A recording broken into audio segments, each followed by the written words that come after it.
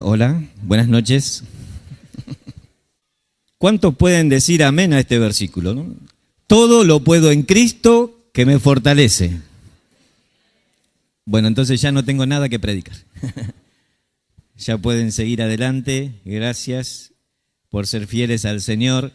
Qué bueno es saber que Dios nos ha dado todos los elementos, que Dios nos ha dado todas las herramientas, que Dios nos ha dado todos los consejos, que Dios nos ha dado la compañía de todos los hermanos, que Dios nos ha dado todo de su espíritu, no una porción, todo. Que Dios nos ha dado todos los frutos que Él puede producir en nosotros. Dios nos ha dado todo para que podamos todo con Él. ¿No es maravilloso poderlo todo, ¿no? En Cristo. Hay un programa en la televisión que me gusta a mí, se llama Prueba de Todo, ¿no?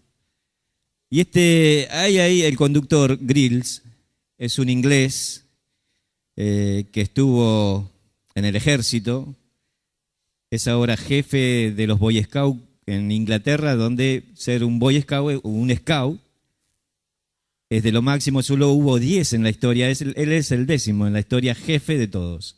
O sea, es un experto en supervivencia. Y me gusta verlo porque en su programa, él, no importa la situación, se lanza de un paracaídas en un bosque, en una selva, en el desierto, lo dejan en una isla, solo.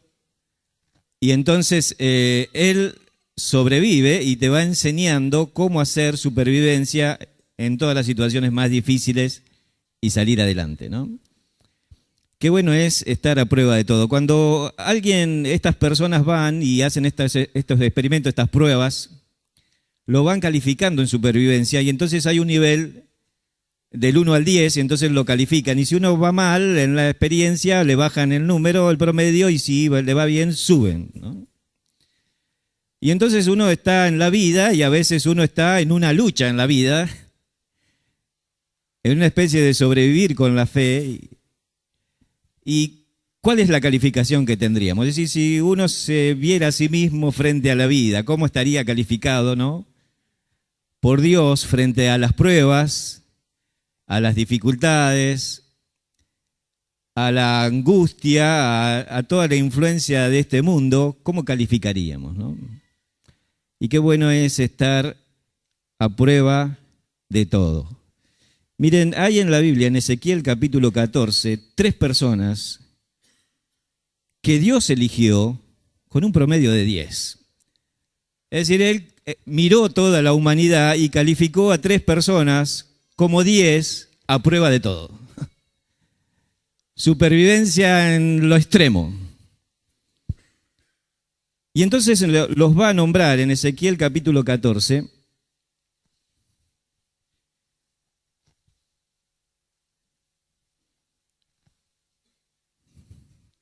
Desde el versículo 12, dice, vino a mí palabra de Jehová diciendo, hijo de hombre, cuando la tierra pecare contra mí rebelándose pérfidamente, y extendiere yo mi mano sobre ella y quebrantar el sustento del pan, y enviare en ella hambre, y cortare de ella hombres y bestias, y estuvieren en medio de ella estos 3 varones, Noé, Daniel y Job.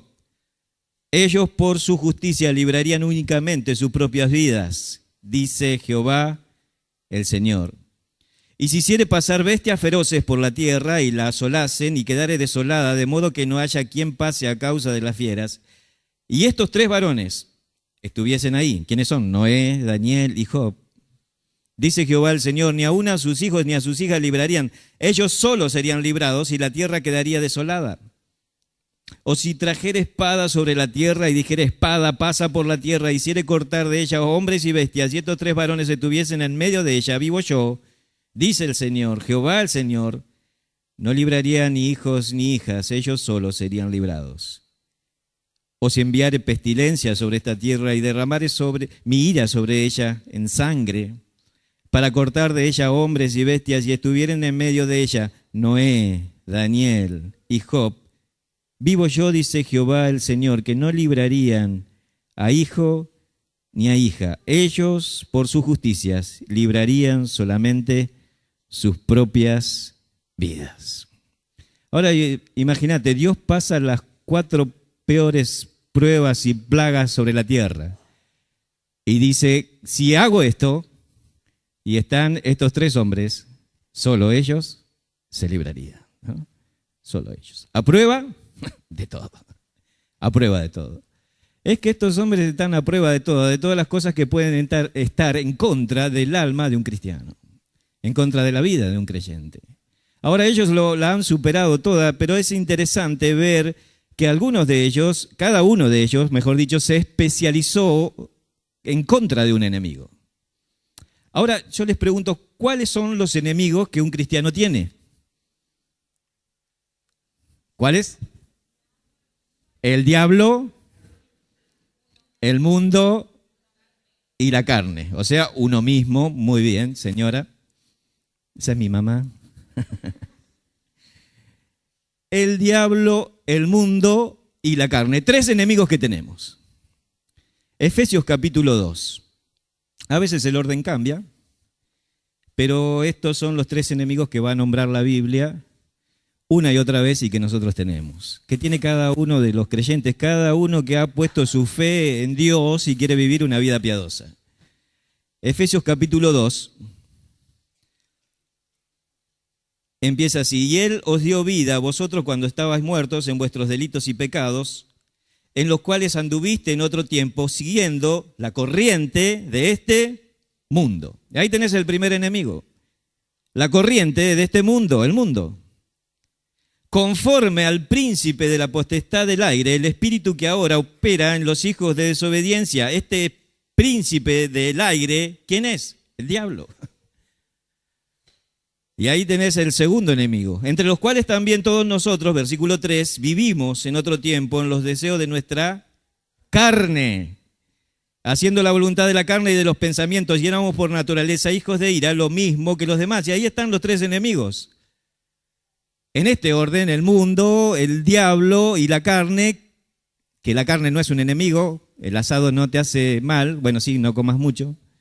Pero cuando se refiere la Biblia a la carne, se refiere a la carne en sí del animal, a la carne del cuerpo, cuando hablamos del cuerpo, se refiere a la carne hablando de toda la humanidad, y se refiere a la carne, como en este pasaje, para hablar de uno mismo, de los deseos de adentro, de las ganas de pecar.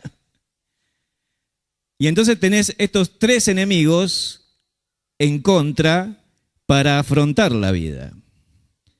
Y cuando uno mira la vida de estos hombres, va a descubrir que cada uno de ellos se especializó en un enemigo en especial. Si tenés una hoja, hacele 3 líneas verticales así, 3 líneas horizontales.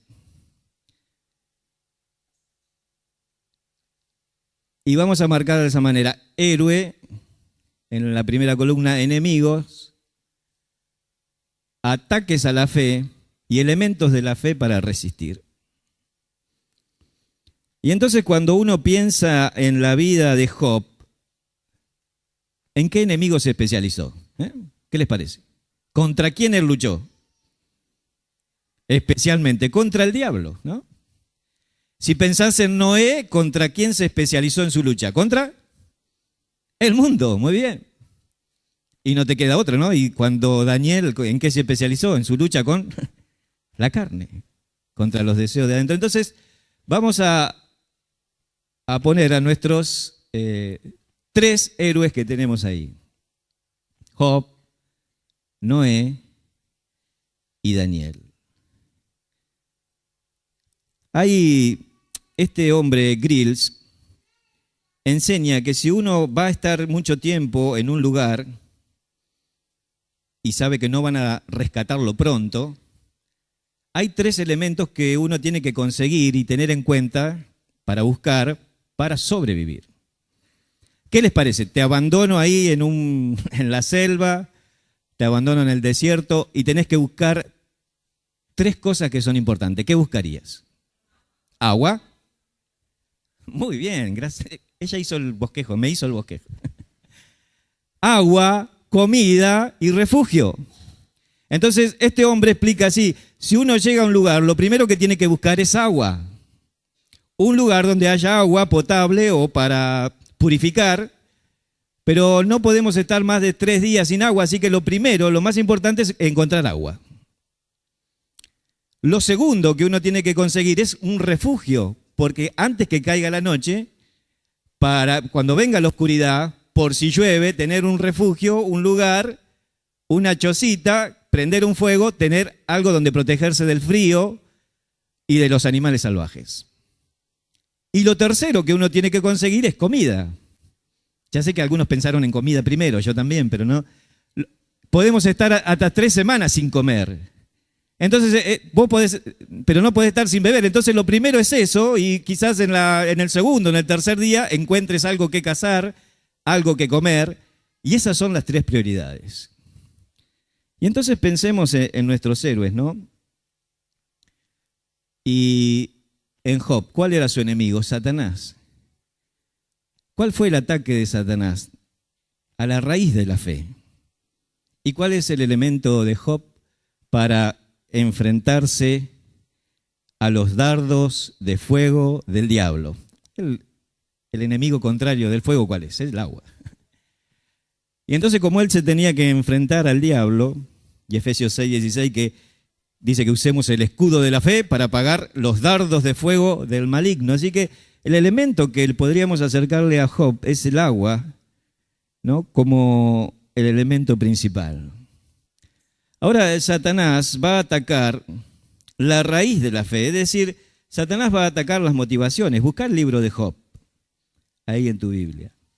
Satanás va derecho a la raíz de la fe, es decir, a las motivaciones. Y la pregunta es ¿por qué? O sea, Satanás está preguntando ¿por qué servimos a Dios? ¿Por qué elegiste creer en Dios?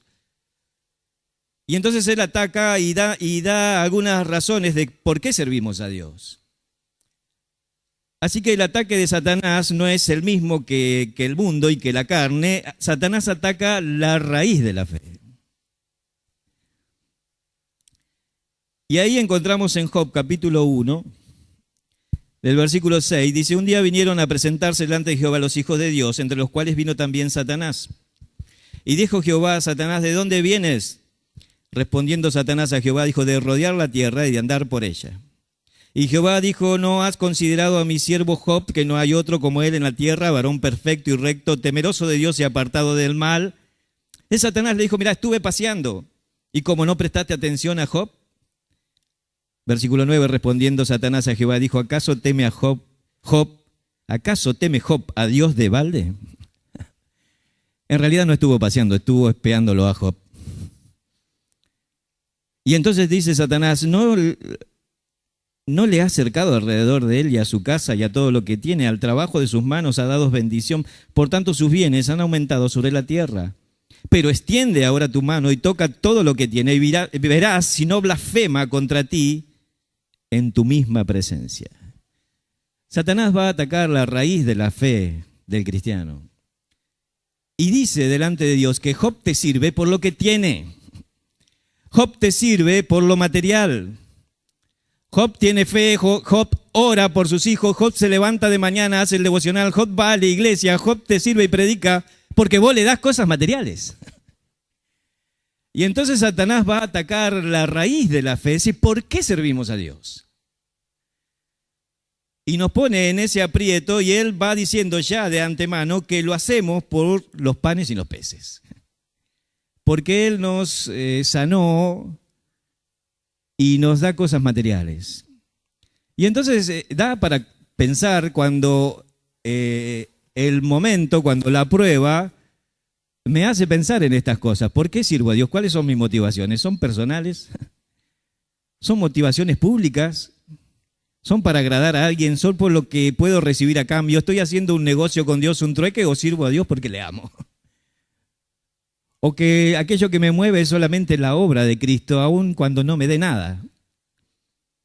Y esto es lo que ocurría con el hombre más rico del mundo en aquel momento. Es decir, Satanás está diciendo, te sirve por las cosas que le das. Ahora, ¿cómo puede defenderse Job que nosotros sabemos que era un hombre de Dios, pero ¿cómo él puede defenderse? ¿Cuáles son los elementos? Es decir, el agua, ¿cómo lo podemos poner en un ejemplo, no? Bueno, creo que él se va a defender de esta manera, con puntería, con paciencia y con pasión. Ahora, lo primero que vamos a decir es que Job, el agua, su defensa contra el diablo, tenía que hacerlo con puntería. Cuando los bomberos te enseñan cómo apagar un fuego, te dicen, bueno, no le apuntes a las llamas, ¿no? Tenés un fuego enorme, no tenés que tirarle agua allá arriba a la llama, sino ¿a qué tenés que tirarle? A la raíz, a donde empieza el fuego, al origen del fuego. Entonces uno tiene que tener puntería y saber por qué pasa, por qué nos está pasando las pruebas. Y Job tenía que ver eso. Fíjate lo que dice el versículo 16. Aún estaba hablando cuando vino otro que le dijo, fuego de Dios cayó del cielo, que quemó las ovejas y los pastores y los consumió. Solamente escapé yo para darte la noticia. ¿Ves? A veces las pruebas nos hacen perder la dirección. Y entonces como vino este siervo le dijo, mirá, fuego de Dios. Claro, nosotros sabemos por la historia que era Satanás, pero ahí viene el siervo y le dice, Dios te mandó un fuego que te quemó todo. Y cuando vas en tu camino como creyente, vas entendiendo cómo funciona y cómo Dios en realidad permite todo, pero en sí está encima de todo. Así que podríamos decir, era fuego de Dios, que lo propone el diablo, pero que lo permite Dios. El problema está en entender y apuntar justo a la raíz. Job no tenía que perderse en esto porque si no entraba en las dudas y nosotros podemos entrar en las dudas cuando nos pasan las cosas que nos pasan. ¿Por qué Dios a mí? ¿Por qué Dios me hiciste esto? Un escritor dice, cuando todo va bien, cuando hacemos las cosas bien, el diablo nos calumnia. Cuando hacemos las cosas mal, Dios nos disciplina. Y entonces uno tiene que entender, estoy haciendo las cosas bien, el diablo me está calumniando. Y entonces estoy en una prueba, estoy haciendo las cosas mal y me pasan cosas, Dios me disciplina. ¿Ves qué fácil? Estoy haciendo las cosas bien, Dios me disciplina. Estoy haciendo las cosas mal, al revés. A ver, estoy haciendo las cosas mal, Dios me disciplina. Estoy haciendo las cosas bien, el diablo me calumnia. Pero claro, él tenía que entender cuál era el foco de este fuego y apuntar, tener una puntería para darle a la raíz. El doctor Dobson escribió un libro que fue muy famoso, muy conocido, quizás muchos de ustedes lo tienen, se llama Cuando lo que Dios hace no tiene sentido. Es un título muy fuerte, ¿no?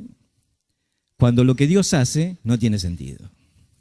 Claro, en su libro va a explicar que en realidad lo que Dios hace sí tiene sentido, pero a veces solo para Dios. Porque a veces no podemos comprender, y esta es la situación de Job, no saber por qué le pasa lo que le pasa. Y es acá cuando la duda entra, cuando la dificultad entra, y entonces podemos perder el rumbo. El diablo está atacando la raíz de nuestra fe. En su libro dice así el doctor Dobson, una parte, decir que siempre comprendemos lo que Dios hace y cómo nuestro sufrimiento y nuestras desilusiones son parte de su plan, es tener un concepto equivocado de la Biblia.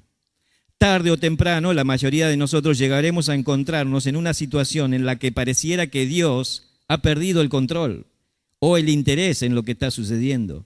Esta idea solo es una ilusión, pero tiene consecuencias peligrosas para nuestra salud espiritual y mental. Lo curioso del caso es que no son el dolor y el sufrimiento los que causan el mayor daño, sino la confusión. Es el factor que hace trizas la fe. Es decir, ¿por qué me pasa lo que me pasa? Porque cuando uno le encuentra el sentido a todo, no teme sufrir. Un soldado no teme ir a la muerte si va a morir por su país o si va a defender a su familia. Alguien no tiene problemas de sufrir si entiende las razones y las consecuencias, pero cuando no las entiendes, ahí está el problema. Ahí uno puede caer y quedar destruido en la fe, porque el diablo causa confusión. ¿De dónde viene ese fuego? ¿Me lo mandó el diablo o Dios? ¿Y por qué Dios si estaba haciendo las cosas bien? ¿Ven? Entonces ese era el problema de Job. A veces nosotros le decimos a las personas que Dios tiene un plan maravilloso para su vida y es cierto, pero a veces ese plan maravilloso solo Dios lo conoce. Es decir, no es maravilloso en el sentido maravilloso que nosotros entendemos la vida. Es maravilloso por lo que Dios va a hacer con eso, pero tenemos que entenderlo a Dios. A veces solamente tenemos que dejar eso de maravilloso para la mente de Dios porque no lo entendemos, lo entenderemos después. Para Johnny Erickson, el plan maravilloso era estar cuadripléjica en una silla de ruedas durante toda su vida. Ese era el plan maravilloso. Para Elizabeth Elliot, el plan maravilloso era quedar viuda cuando su esposo fue a predicar el evangelio a los indios. Ese era el plan maravilloso para su vida, lo era. Pero claro, a veces creemos que el plan maravilloso está de acuerdo a todos nuestros deseos y nuestros planes. El plan maravilloso es el plan de Dios maravilloso. Y es lo que tenemos que aceptar. El plan maravilloso para Job era que en un solo día perdiera todo lo que tenía y a sus hijos y perdiera esa relación que tenía también con su esposa, que perdiera la salud. Era el plan maravilloso de Dios para su vida. Pero ¿cómo llegar? Seguramente en el cielo podría entenderlo y es así, ¿no? Las cosas secretas pertenecen a Dios, las reveladas son para nosotros. Un día entenderemos todas las cosas, dice Pablo, un día. Hay cosas que no comprendemos. ¿Quién iba a decir que Job y su influencia y en el plan maravilloso de él habría de ser de bendición y de consuelo para muchas y miles y cientos de personas y millones que sufren y no le encuentran sentido? ¿Quién iba a pensar que él iba a ser de bendición tirado ahí todo sarnoso, de que iba a ser bendición para nosotros aún en esta noche tantos miles de años después? Solo el plan de Dios, ni siquiera ninguno de sus amigos podía entender, ni juntos en toda su inteligencia, el plan que Dios tenía en permitir esta prueba. Ahora era maravilloso para él, para Dios. Y entonces uno tiene que entender que si va a usar el agua, tiene que apuntar a la raíz. Es decir, ¿por qué me está ocurriendo esto? En Hebreos capítulo 11 dice, de los héroes de la fe apagaron fuegos impetuosos. Y nosotros tenemos que aprender a usar el agua. Job 31 es como que él tiene una luz para entender cuál es el foco de lo que está pasando. ¿Dónde comienza el incendio? Job capítulo 31, en el versículo 35 dice, ¿quién me diera? ¿Quién me oyese? He aquí mi confianza es que el Omnipotente testificará por mí, aunque mi adversario me forme proceso. Fíjate que en toda la angustia, él no va a tener muchos momentos de lucidez, solamente algunos momentos. Murieron todos sus hijos. Y no era fácil estar coherente emocionalmente. En ese momento Job no lo estaba. En un momento dice, ¿quién va a censurar las palabras de un afligido cuando alguien está tan dolido, dice cosas hasta en contra de Dios, pero que ni Dios toma en cuenta? Porque está dolido. Pero en algún momento él tiene lapsos de lucidez. Y entonces dice, yo sé que Dios testificará por mí. Aunque mi adversario, es la palabra para el diablo y Satanás. Aunque mi adversario me forme un proceso, es decir, está ahí acusándome, es un fiscal. Jesús es el abogado, pero el diablo es el que me está acusando constantemente, calumniando. Y tiene un momento de lucidez para focalizar el agua y apuntar a donde comienza el fuego. Uno tiene que tener, ahí está la otra palabra, paciencia. Uno tiene que tener paciencia para apagar un incendio. Otra manera de apagar el incendio es echar agua sobre lo que no se quemó. Entonces la persona, el bombero va tirando agua sobre un incendio, sobre el fuego, imagínate un bosque, pero ya está mojando las otras cosas que están alrededor y está tirando tierra y haciendo una valla y mojando las casas y para que eso tampoco no se incendie o tenga menos posibilidades de incendiarse. Es decir, que uno tiene que echarse agua. Si el diablo está atacando la raíz, ¿dónde tenemos que permitir que tenga agua, las raíces. De dónde sale nuestro crecimiento, de dónde toman las riquezas, los minerales, las sustancias que nos van a edificar, seguir haciéndolo. En otras palabras, no dejes de orar, no dejes de congregarte, estás en una prueba tremenda, no dejes de alimentar tus raíces. Es que en un incendio, aunque todos los árboles se quemen y todos los troncos caigan con sus copas, todavía quedan las raíces. Y entonces podrás levantarte otra vez, pero si no le echas agua ahí, no funciona, ¿no? Otra vez en un momento de lucidez, en Job, capítulo 29, ahí cerquita,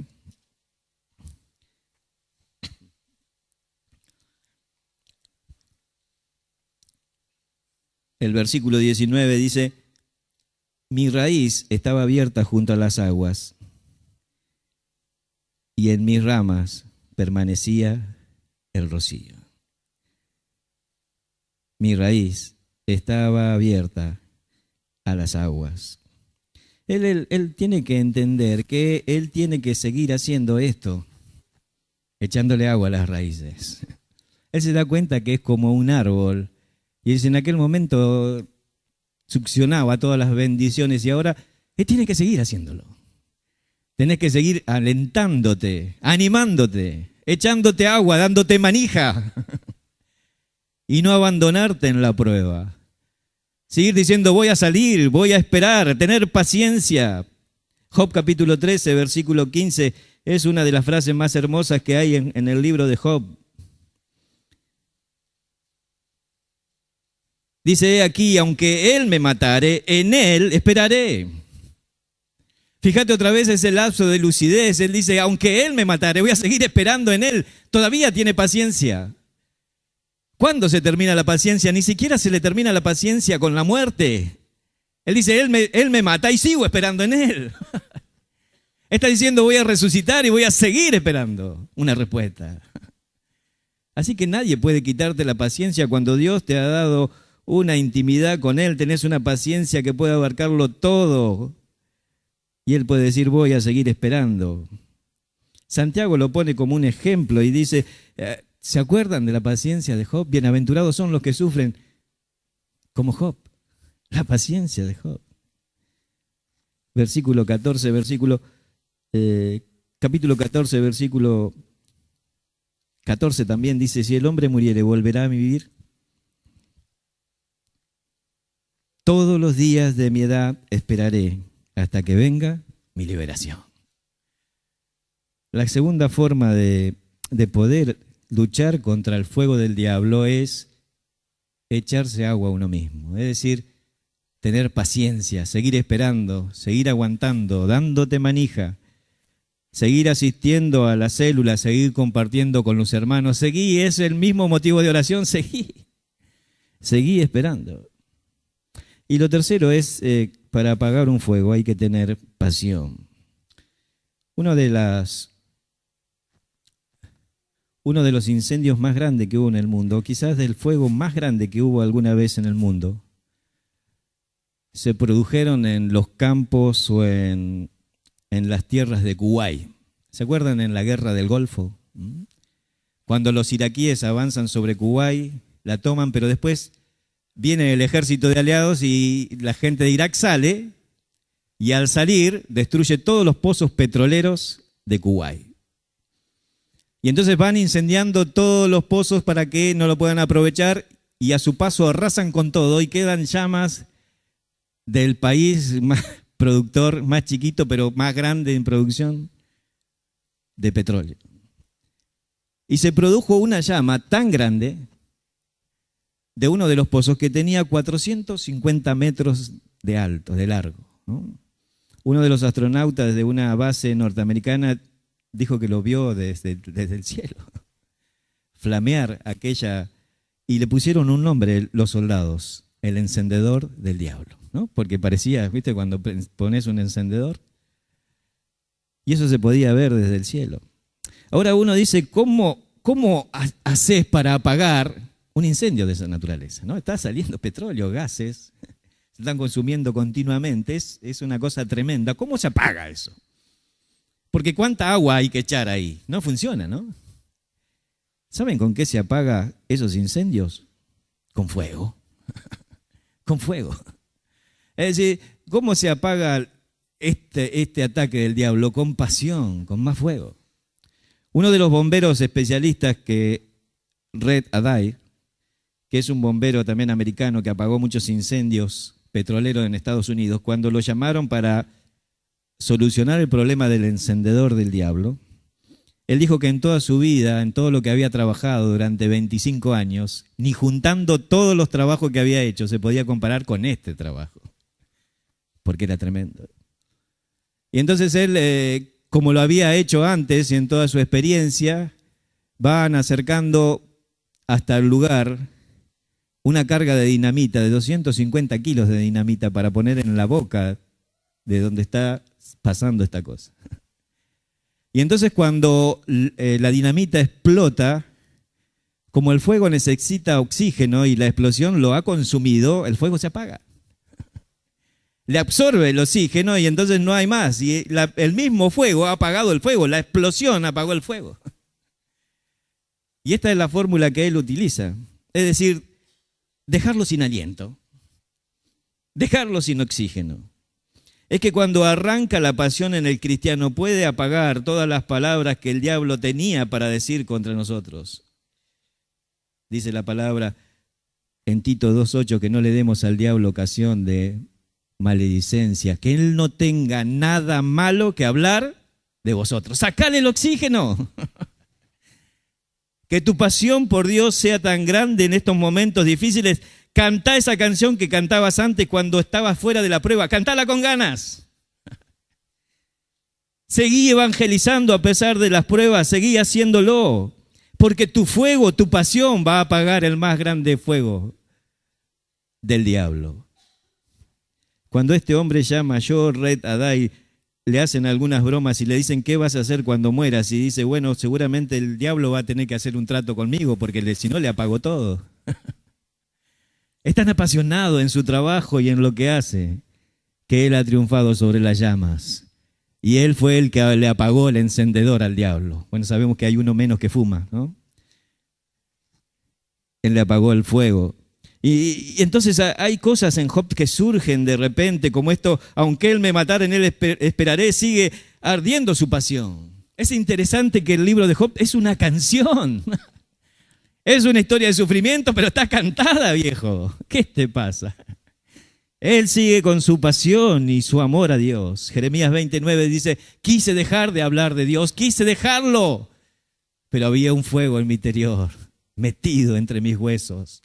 Traté de sufrirlo, es decir, traté de dejar de hablar y no pude. Él estaba apasionado con Dios y por eso pudo apagar el fuego del diablo. ¿Viste cuando en la primera prueba le saca todas las cosas? Job se tira al piso y dice, Dios me dio, Dios me quitó, sea el nombre de Jehová bendito. Le cerró la boca al diablo. Le sacó todo el oxígeno. Se había terminado toda la experiencia y la prueba de Satanás. Tuvo que volver Satanás a presentarse delante de Dios y decir, bueno, ahora tocale la vida, tocale el cuerpo. Porque su pasión por Dios, esa pasión inmediata, ese fuego que se encendió por Dios en esa respuesta hizo que el diablo callara. En la segunda experiencia, él tarda en decirlo. Y hace algo peor, ¿no? Comienza a hablar, comienza a preguntarse, comienzan las dudas. Si querés apagar el fuego del diablo, tenés que pensar en tener puntería, apuntale a la raíz. Es una prueba, pero estoy haciendo las cosas bien. ¿Por qué me viene? El diablo me calumnia. Y tengo que salir adelante con puntería, con paciencia y con pasión. Amén.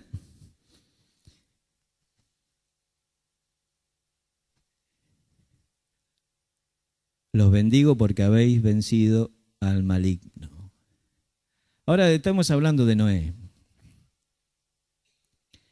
Noé es nuestro segundo personaje. Y Noé tiene un enemigo que es el mundo. ¿Hay alguien ahí? ¿O se están moviendo las cosas solas? Bueno, ¿viste? Hablas del diablo y las cosas vuelan, se mueven. El ataque a la fe es del mundo a la razón. Es decir, el mundo ataca la coherencia con la que servimos a Dios. Es decir, el mundo nos ve y ¿qué dice? Están locos. Porque para el mundo las cosas de Dios son locuras, porque no las puede entender. Entonces, su ataque, su fuerza, el sistema mundo que está organizado, leímos en Efesios, la corriente de este mundo, esa es la palabra, la corriente, eso es una fuerza, un impulso diario, continuo, como la fuerza de un río que corre, y esa es la idea. Entonces, cuando hablamos de sistema o de algo, estamos hablando de algo organizado, algo continuo, algo que tiene horario tras horario, y entonces permanentemente. La Biblia habla de que los días son malos, otra vez aparece la frase ahí, continuamente son malos. Hay un sistema en contra de nosotros, pero ¿qué está atacando? ¿No? Está atacando nuestra coherencia, es decir, la pregunta sería, ¿para qué servís a Dios? ¿Ves? No tiene sentido. El mundo está atacando eso, ¿ves? ¿Por qué no te divertís? ¿Por qué no estás con nosotros? ¿Por qué no estás a la moda? ¿Por qué no estás en las cosas que todo el mundo hace? Ser cristiano no te impide. Entonces está diciendo, estás loco si sos así. Y está atacando entonces la razón del cristiano. ¿Cuál es la corriente de este mundo en la actualidad? ¿Cuál es la corriente que tenía que...? Yo le hice una lista acerca de cosas con las que Noé tenía que luchar. Y estas cosas con las que Noé tenía que luchar no son diferentes, al contrario, son las mismas con las que nosotros tenemos que luchar. Cuando Jesucristo habló de los últimos tiempos, dijo, y serán como en los días de Noé, y será como en Sodoma y Gomorra. Entonces, si vos estudiás cómo era la vida en los días de Noé, cómo era la situación en Sodoma y Gomorra, podés entender a qué se refería Dios sobre este tiempo. Así que Génesis capítulo 6 está tan actualizado que es hoy. ¿Con qué cosas tenía que luchar Noé? ¿Cuál era la corriente de este mundo? ¿Qué el mundo nos impulsaba a hacer? Bueno, había una preocupación desmedida por los apetitos del cuerpo. En Lucas 17 dice, comían, bebían, se casaban y se daban en casamiento. Comían, de fiesta en fiesta. Hermanos, no podemos vivir de esta manera. Está lindo disfrutar de una fiesta, pero de fiesta en fiesta tenemos que servir a Dios. Se supone que estamos en contra de la corriente. El sinónimo del cristiano o el símbolo del cristiano no es un barco o una canoa ni una hoja seca que se cayó en el río, es un pez. Y el pez no va a favor, el pez va en contra. Avances acelerados de la tecnología, Génesis 4:22, es decir, la influencia de la tecnología en hacernos correr. Daniel dice, la gente correrá de acá para allá y la ciencia se aumentará, la corriente nos enloquece, los cristianos están estresados. En vez de tener paz, de estar tranquilos, de gozar, de disfrutar, el mundo nos acelera. Gran interés por lo material, compraban casas, las vendían, creencias generales equivocadas, devoción por el placer y la comodidad, desinterés por las cosas de Dios, menosprecio por la santidad de las relaciones matrimoniales, Sodoma y Gomorra, hombres con hombres, actualidad, mujer con mujer, actualidad. Rechazo de la palabra inspirada, tergiversación de la verdad, aumento concentrado de la población, es decir, el querer vivir amontonados uno y poblar todo y vivir todos encima en las ciudades y dejar todos los campos sin gente. Difusión incontenible de la violencia, Génesis 6, 11 y 13 habla de la violencia en la tierra, era tremenda. Es el reclamo general de nuestro país, ¿no? De toda situación, la violencia. Corrupción en la sociedad. Con estas cosas tenía que luchar. Miren que estas cosas escritas tan lejos en la antigüedad son tan actuales. Jesús dijo que iba a ser así. Que las cosas que pasaron en Génesis capítulo 6 iban a ser la actualidad de nuestros tiempos. Pensamientos perversos y palabras blasfemas en contra de Dios. Estos hablan de cosas que ni conocen y levantan la boca contra Dios. Judas capítulo 15. Exaltación de la actividad sexual ilícitas. Ahí un hombre, Génesis 4:19, mata a otro y le roba a la mujer y todo eso es así. Y está escrito como en una canción, es decir, es la primera cumbia villera de la Biblia. Génesis capítulo 4, Lamec dice, con un palo voy a matar a un tipo, hizo una canción con eso. Y entonces vos ves y escuchás, ¿qué escuchamos? Y sí, voy allí, voy a robar, voy allí, voy a salir con tu mujer, total, después me... Y son los mismos temas. Los cantaban en Génesis capítulo 4. Había una actividad satánica y humana organizada. Los hijos de Dios tuvieron relaciones con las mujeres. La intención de la manipulación genética. La idea que es que hombres que estaban poseídos tenían relaciones con mujeres. La idea era cambiar la genética y que el Mesías nunca llegara. Por eso Jesús se presentó a estos demonios que pecaron en este tiempo, que están encarcelados, y le dijo, acá estoy. No funcionó. Pero la manipulación genética es una cosa de hoy. Vamos a hacer nuestros hijos a esta medida, ¿no? De este color, de esta forma, tan inteligentes. Es cosas de la actualidad que se manejaban en ese tiempo. La corriente de este mundo nos impulsa. Ahora uno no puede saber qué tan fuerte es la corriente hasta que no lucha contra ella. Me acuerdo cuando era niño cruzábamos el río y nos probábamos a ver quién llegaba más recto en el río, del otro lado. Porque claro, la corriente, cuando uno sale a cruzar el río y la corriente te lleva para allá, aparecías del otro lado, pero muy lejos. Y entonces la idea, nunca podés nadar derecho a tu objetivo, que era otro árbol del otro lado de donde tirarnos, sino que tenías que nadar de esta manera, como en diagonal, en contra de la corriente para que la fuerza te lleve allá. Pero no podíamos sospechar qué tan fuerte era el río, sino nadando en contra del río, directamente en contra. Un escritor, Lewis, del siglo XIX, dice, ningún hombre conoce lo malo que es hasta que no ha tratado de esforzarse por ser bueno. Solo podrás conocer la fuerza de un viento tratando de caminar contra él, no dejándote llevar. Ahora, qué interesante que es esto, porque muchos de nosotros, los cristianos, decimos que sabemos cuál es la corriente del mundo, pero nos dejamos llevar. Y hacemos las mismas cosas del mundo y estamos en las mismas cosas. Y estamos contentos por lo que el mundo está contento, o estamos tristes y se murió aquel músico y estamos todos tristes porque y era un rockero diablado, una letra diabólica tremenda y todos los cristianos están en lo mismo. Tenemos que ir en contra. No en la misma dirección.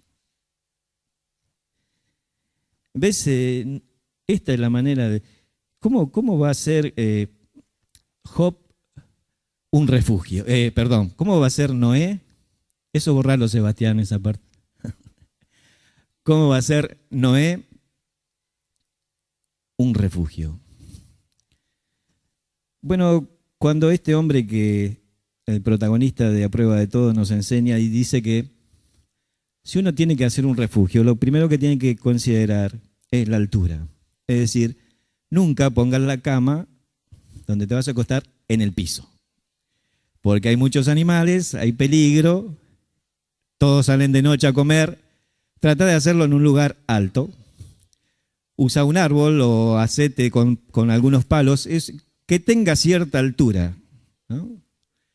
Para poder estar más a salvo de los peligros. Es decir, hace tu refugio lejos del piso. Cuando uno ve en la vida de Noé y piensa en cómo tiene que hacer su refugio y cómo tiene que hacer su casa, considera que lo primero que él va a considerar es la altura. Es decir, tener un refugio en la altura. Génesis capítulo 6, versículo 9 dice, con Dios caminó Noé. Con Dios caminó Noé. Me encanta la frase porque no dice que con Noé caminó Dios. Es decir, Dios no vino para hacerse nuestro amigo y andar en las cosas nuestras y en todas las tentaciones que nosotros vivimos, ¿no? Fue Noé el que decidió caminar con Dios, y para caminar con Dios las calzadas son celestiales. Son las calzadas del cielo. Él caminó en las alturas. Él vivía una comunión con Dios. ¿Cómo puedo hacer mi refugio? ¿Cómo puedo refugiarme de la corriente de este mundo? Bueno, haciendo mi casa en las alturas. Es decir, viviendo una comunión diaria con Dios. Él caminaba con Dios. Él no estaba apurado. Él no decía, bueno, Dios, se terminó tu tiempo, tenía 15 minutos para el devocional. Él no estaba apurado. Él caminaba con Dios. Es decir, él tenía una relación en las alturas con Dios, una comunión con Dios. Y sabe que los pecados y las tentaciones no llegan tan alto. Porque Dios no puede ser tentado, ni Él no tienta a nadie. Es decir, que hay una altura en la comunión con Dios en que las tentaciones se hacen más débiles. Hay un lugar en donde los misiles no pueden llegar. Vuelan alto, van alto, pero hay un lugar hasta donde no llegan. Y Job se acostumbró a caminar con Dios. Claro, Jesucristo se acostumbró a caminar con el hombre y Él fue tentado en todo, pero sin pecado. Eso es cuando Dios camina con el hombre. Pero cuando el hombre camina con Dios, cuando el hombre tiene comunión con Dios, allá no llegan las tentaciones. Es decir, la influencia del mundo va a ser menos porque tu comunión es mayor. Cuando tu comunión sea tan alta como en esa relación con Dios, las influencias de las tentaciones van a ser menores. Los misiles no llegan tan alto. Hacé tu refugio en el cielo. Hacé tu refugio en lo alto. Hacé tu refugio con Dios. Miren, después el arca va a subir hasta 7 metros arriba de cualquier monte del mundo. ¿Creen que Él se mareó? Si Noé siempre estuvo ahí. Si a diario caminaba en las alturas. Desde cuando entró en esa ruta allá arriba, yo lo conozco. Si Él caminaba con Dios. ¿Qué es caminar con Dios? Bueno, es librarse de toda esa influencia que hay, de esa corriente del que el mundo nos impulsa. Isaías, capítulo 33, habla acerca de eso y dice, el que camina en justicia y habla lo recto, eso es andar con Dios. El que aborrece las ganancias de violencia, es decir, que no está haciendo ahí fraudes. El que sacude sus manos para no recibir cohecho, no recibe coimas. ¿Ves que caminar con Dios no es algo místico, es algo que en la práctica te lleva a ser diferente? Te lleva a librar de todas las tentaciones que hay. El que tapa su oído para no oír propuestas sanguinarias. Contame más. El que tapa sus oídos. El que cierra sus ojos para no ver cosas malas. ¿Qué dice? Habitará en las alturas. Fortaleza de roca será su refugio, su lugar de refugio. Entonces caminar con Dios conlleva esa relación con Dios y una evidencia en las cosas prácticas de la vida, no dejarse influenciar. Bueno, pero si todos hacemos así, tenemos ganancia haciéndolo por este lado. Oh, no importa cuánto lastimemos, lo que importa es cuánto ganemos. Tengamos todos una bolsa, es lo que proponen en Proverbios, el malo. Y estas propuestas están al alcance y a la hora, a cada minuto de nuestros días, porque la influencia de la tierra, del mal, del mundo, del sistema, es destruirnos, pero tenemos que hacer nuestro refugio en las alturas. El Salmo 18:2 habla de que el Señor es mi fortaleza, mi salvación, mi alto refugio. Él me pondrá en alto sobre una roca. ¿Ves que dónde tengo que hacer mi refugio? Bueno, en la altura. ¿Cómo más tengo que hacerlo? Con responsabilidad. Con responsabilidad. En Hebreos capítulo 11, en el versículo 7, cuando habla de los héroes de la fe, está hablando acerca de Noé y dice que por la fe Noé, cuando fue advertido acerca de cosas que aún no veía, con temor preparó el arca en que su casa se salvase. Y por esa fe condenó al mundo, al sistema del mundo que estaba en contra de él. Él se hizo un refugio y ahí lo que vemos es responsabilidad. Ahora es interesante porque cuando nosotros le enseñamos a los chicos y en la escuela dominical y en las horitas feliz de las razones por las que Noé hizo el arca, siempre decimos que Noé hizo un arca para salvar ¿a quién? A los animales. Y está bueno, entonces le explicamos y le metemos cada uno de los bichitos y demás y vamos completando el cuadro con dibujos. Pero la Biblia dice en Hebreos capítulo 11, versículo 7, que Él preparó el arca en que su casa se salvase. Ahora los animales iban a salvar como consecuencia de que Él iba a ser obediente, pero la responsabilidad de Él, o la preocupación de Él, era que se salvaran sus hijos, sus esposas, las nueras, que se salvaran los parientes y demás. Quería hacer, como decía Roque, un círculo más grande.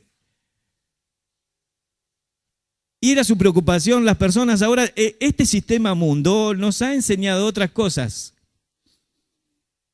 nos ha enseñado el amor a los animales y a la naturaleza, y nosotros vemos todas esas organizaciones y decimos qué lindo que son, ¿no? Se preocupan por los árboles, por las ballenas, por los animales. Y vivimos en esta cultura, ¿no? Esta corriente en donde amamos a los animales. Pero la Biblia no te manda a amar a los animales, te manda a amar a tu prójimo. Pero hay un impulso de ser más complacientes y amorosos con nuestros animales que con las personas.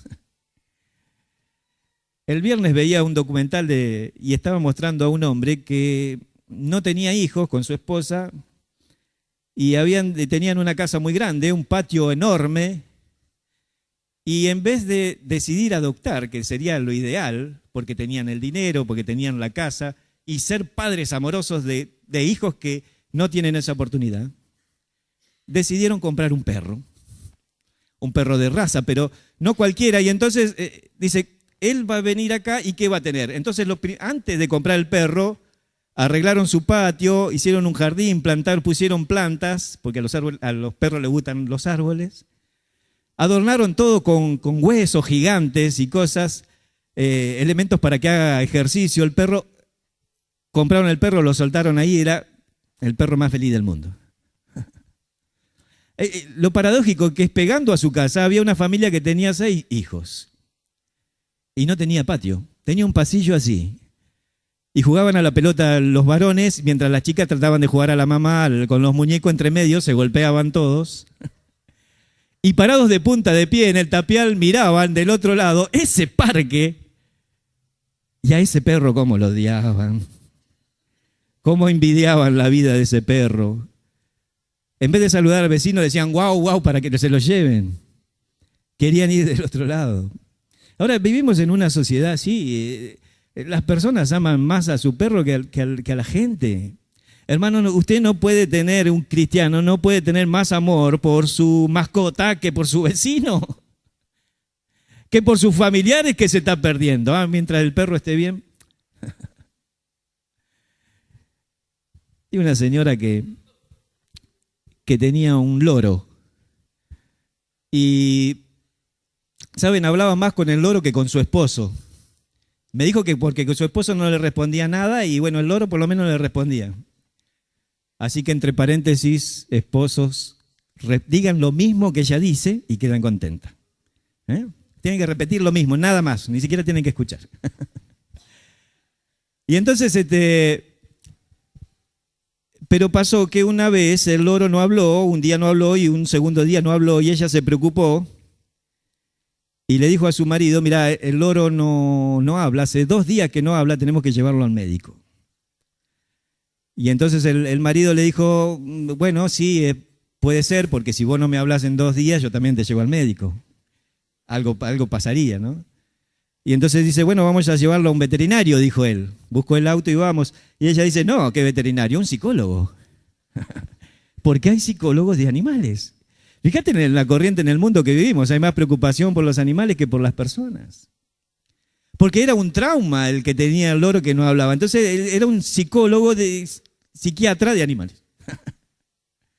Y entonces no podían ir así nomás. ¿Cómo vamos a ir? Sacá turno, tenía que llamar por teléfono. Porque había una tortuga que le habían sacado las patas y le habían puesto ruedas y su vida se veía muy acelerada y estaba perturbada por eso. Y estaba antes. Porque en segundo turno había un gato que tenía ataques de pánico, cuando subía a un techo no quería bajar, cuando subía a un árbol la señora llamaba al 911 que lo bajen. Ataques de pánico. Y entonces él tenía que esperar con su loro que no hablaba, no le salían las palabras, un loro que tenía una verborrea tremenda, ahora no dice nada, y lo acompañó y lo llevó con la señora cuando el médico lo puso en un sofá para que hablara, no hablaba, el loro estaba recómodo. Y entonces pasó un día y no hablaba y dice, señora, tiene que dejarlo internado. Y ahí viene la canción, internaron al loro. Internaron al loro, ¿te acordás? Hermano, le ponemos nombre, lo de personas. Decimos que tienen personalidad, que entienden, no sé, estamos en una locura en la corriente de este mundo. Ame a su vecino. Hermano, hable con su hijo. no con su perro. Pase más tiempo con su esposa. Hable con sus vecinos. Hable con sus compañeros en la fábrica, en el trabajo, en la oficina. La preocupación de Noé no eran los animales, eran las personas. Dios se preocupó de los animales. Dios le dice a Job, vos le diste de comer a los cachorros del león, deja que... No, y si yo me cargo. Dios está para encargarse de eso. Dios nos manda que cuidemos nuestra bestia. Ni siquiera dice que le pongas un nombre. No es una persona. Pero amá a tu prójimo y predicar el evangelio. Y sentí un tremendo interés porque se salven. Sentíte responsable. Son los vecinos que viven al lado. ¿Y quién le va a hablar si no hablan con vos? Él se preocupó en que su casa se salvase. Él tenía también cuidado. Dice también en Hebreos capítulo 11, el versículo que les dije, que él con temor preparó el arca en que su casa se salvase. Él tenía un cuidado especial en obedecer a Dios. 2 veces en la historia de Noé dice que él hizo Noé conforme a todo lo que le mandó Jehová. Dios le dijo, hacer las medidas así, hace esto allá, 135 de largo, 14 de alto, 24 de ancho, tenés que hacer así. Y la Biblia dice, hizo exactamente como Dios le pidió. La otra vez el pastor decía, y estuvo 120 años construyendo aquello. Y Dios no le habló en esos 120 años. ¿Saben por qué no le habló? Porque no había terminado. Es decir, Dios no tenía por qué hablarle una segunda vez si no había hecho lo primero. ¿Saben que no tenemos derecho a escuchar otra vez de un mensaje o un estudio o la palabra de Dios si no hacemos lo primero? ¿Cuál es lo primero? Lo que escuchamos el domingo pasado. Es decir, tendríamos que estar repitiendo una y otra vez el mismo mensaje hasta ponerlo en práctica. Por eso Dios no le habló. Pero cuando mira la vida de Noé, ve que él tiene un cuidado, un temor especial en hacer exactamente lo que Dios le pide. Ahora su interés eran sus hijos, su interés eran las personas que estaban alrededor, que se salven. Él podría decirle, Dios, vamos a hacerlo más chico porque veo que no hay muchos convertidos. Pero él lo hizo exactamente como Dios quería.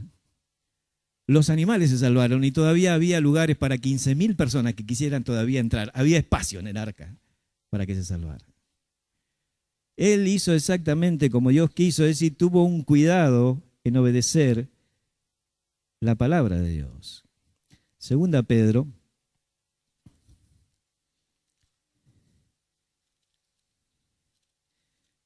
capítulo 3, versículo 5, dice, estos ignoran voluntariamente que en el tiempo antiguo fueron hechos por la palabra de Dios los cielos y también la tierra que proviene del agua y por el agua subsisten, por lo cual el mundo de entonces pereció anegado por agua. Está hablando de el diluvio. Ahora usted, ¿qué pasaría si hubiera estado en ese lugar cuando Noé estaba predicando de que iba a llover, de que Dios estaba enojado con el pecado, que iba a haber un castigo y que había que creer? ¿Qué hubiera hecho? ¿Hubiera entrado en el arca? ¿Se hubiera hecho su propio móvil, su propia barcaza? Pero quiero decirle algo, estamos hoy en día en la misma experiencia que Noé. Porque fíjate lo que dice, lo que sigue diciendo, pero los cielos y la tierra que existen ahora están reservados por la misma palabra, guardados para el fuego en el día del juicio y la perdición de todos los hombres impíos. Amados míos, no ignoréis esto. Es decir, que lo mismo que estaba anunciando Noé es lo que Dios anuncia hoy. Esta tierra, este mundo, está destinado a ser castigado con fuego. Y miren, no va a haber lugar, dice la Biblia, que no va a quedar nada que el hombre haya hecho. No va a haber lugar donde esconderse. Todo va a ser quemado. Hacé tu refugio en el cielo. Porque la primera nave que surcó las nubes no fueron aquellos aviones de los primeros aeroplanos de los hermanos White, o de algunos que en Italia, en Turquía, como Leonardo también da Vinci, hicieron algunos experimentos. El primero que surcó las nubes fue Noé. Así que cuando mirás el cielo y pensás en las alturas de los edificios, pensá, el arca estuvo más alto todavía. Él hizo sus refugios en las alturas, él tuvo un cuidado especial en obedecer a Dios. La cuarta cosa con la que vamos a ir a hacer nuestro refugio es anunciando. En 2 Pedro capítulo 2, en el versículo 5, dice, y si no perdonó al mundo antiguo, sino que guardó a Noé, pregonero de justicias, con otras 7 personas, trayendo el diluvio sobre el mundo de los impíos. Y ahí hay una referencia a Noé. Él dice, es pregonero de justicia, era un predicador. No solo estaba construyendo que su familia se salvase, no era su preocupación ese círculo íntimo, sino que tenía la intención, el deseo de que el mundo se salvara y de que todos los habitantes ahí escucharan la verdad de Dios. Él era un pregonero de justicia, es decir, que si vas a hacer un refugio para estar contra la corriente de este mundo, tenés que predicar. No podés dejar de decir lo que sabés. Lo que ha cambiado tu vida, no podés dejar de contar tu testimonio. No podés de anunciar dónde está el Salvador. Si dejamos de hacer esto, es muy fácil de probar. Simplemente me pregunto cuándo fue la última vez que le hablé a alguien de Cristo. Y entonces me he dejado llevar. Y si digo, bueno, hace un año, hace 365 días que me lleva la corriente. ¿Cuándo fue la última vez? ¿Una semana? Bueno, hace una semana que me está llevando la corriente. Porque si quiero ir en contra, tengo que pregonar, es decir, anunciar. Este era el hombre que anunciaba los asuntos oficiales y leía las cartas públicamente. Él lo hacía públicamente y estaba hablando acerca de Dios porque él quería tener un refugio. Él quería que su casa esté segura. Entonces tenía que hacer lo que Dios mandaba. Voy a ponerles el último.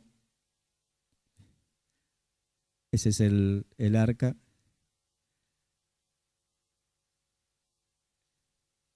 Voy a completarles este, pero no voy a hablar porque va a ser demasiado. Pero para completarlo, entonces, Daniel va a tener un enemigo que es la carne. El ataque a Daniel va a ser en los recursos de la fe. Ahora, si pensás en el cristiano como en una planta, podrías decir que Satanás ataca la raíz, que el mundo ataca el tronco y que la carne ataca los frutos. Es decir, lo que la carne, los deseos interiores te dicen, no es suficiente, Dios, para hacerme feliz, para satisfacer, tenés que hacer aquel pecadillo. Y entonces ataca los frutos. Y Dios te ha dado todas las bendiciones, todos los frutos, para que puedas ser feliz. Pero me va a llevar mucho tiempo. Y quisiera volver a este lugar. Porque quizás alguno en esta noche descubre que tiene todos estos enemigos y siempre ha perdido. Y quizás hoy quisiera alistarse y ser uno de los ganadores, uno de los que puede decir todo lo puedo en Cristo. Quizás alguno ha estado fracasando y tiene un promedio de 3 en supervivencia y se ha olvidado de algunas cosas. Ha sido bueno en algo y malo en otros. Y tenga que ajustar su vida para resistir con agua, refugio y comida en cada una de las circunstancias. Y quizás en esta noche alguien se encuentre fuera de la barca o fuera del arca y no tenga oportunidad de salvación, pues Noé dice que hizo el arca para que su casa se salvase. Así que Noé le puso un nombre a todo barco, hay que ponerle un nombre, y aquel hombre le puso salvación. Y la gente del lugar lo llamó locura. Porque la palabra de la cruz es locura a los que se pierden, pero a los que se salvan, esto es poder de Dios. Así que de un lado, y tocándote en la razón, Dios está diciendo, entra en el arca. Y el arca es un símbolo de Jesucristo. En Él tenemos el refugio alto y perfecto. Él es nuestro Salvador. Él puede perdonar todos tus pecados y darte la seguridad de ir al cielo, pero tenés que entrar. Siempre me acuerdo de una vez que estaba en la iglesia del pastor Vera, en el centenario, y era una noche que llovía, pero era torrencialmente. Y estaba hablando acerca de esto y decía, el que quiere ser salvo, venga al Señor, abra su corazón a Dios, entre en el arca. No se quede afuera, entre en el arca.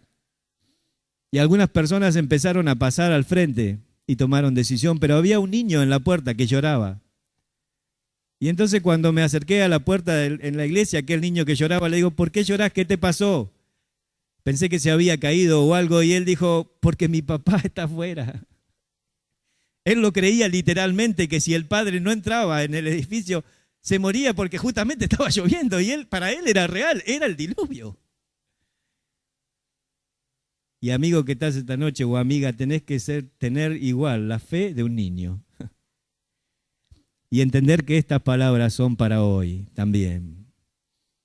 Si no entras, te perdés. Pero si entras, si tomás la decisión de abrir tu corazón a Dios, tenés la salvación asegurada en el barco de Jesucristo, llamado salvación. Amén. Vamos a orar. Y si estás aquí por primera vez y nunca hiciste una oración, haz esta oración por primera vez.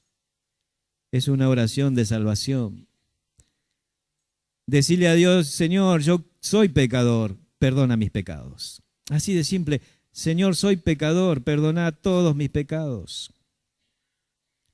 Sé que moriste en la cruz para salvarme. Jesús, sé que moriste en la cruz para salvarme. Te recibo en mi corazón. Te abro mi corazón. Sálvame. Yo quiero ir al cielo, quiero ser salvo. En el nombre de Jesús. Amén. Seguimos orando, seguí con la cabeza inclinada. Y si hiciste esta oración por primera vez, tenés la salvación y Dios te ha salvado. Un hermano se puede acercar y aconsejarte y seguir orando por vos. ¿Hay alguien que hizo esta oración por primera vez? Levante su mano al cielo. ¿Hay alguien así? Amén. Dios te bendiga, querido. Dios te bendiga. ¿Hay alguien más? ¿Hay alguien que quiere entrar en el arca de Jesús y ser salvo? ¿Hay alguien así? ¿Estás luchando? Llegás a tu casa, no dejes pasar la oportunidad. Abrir el corazón a Dios. Amén.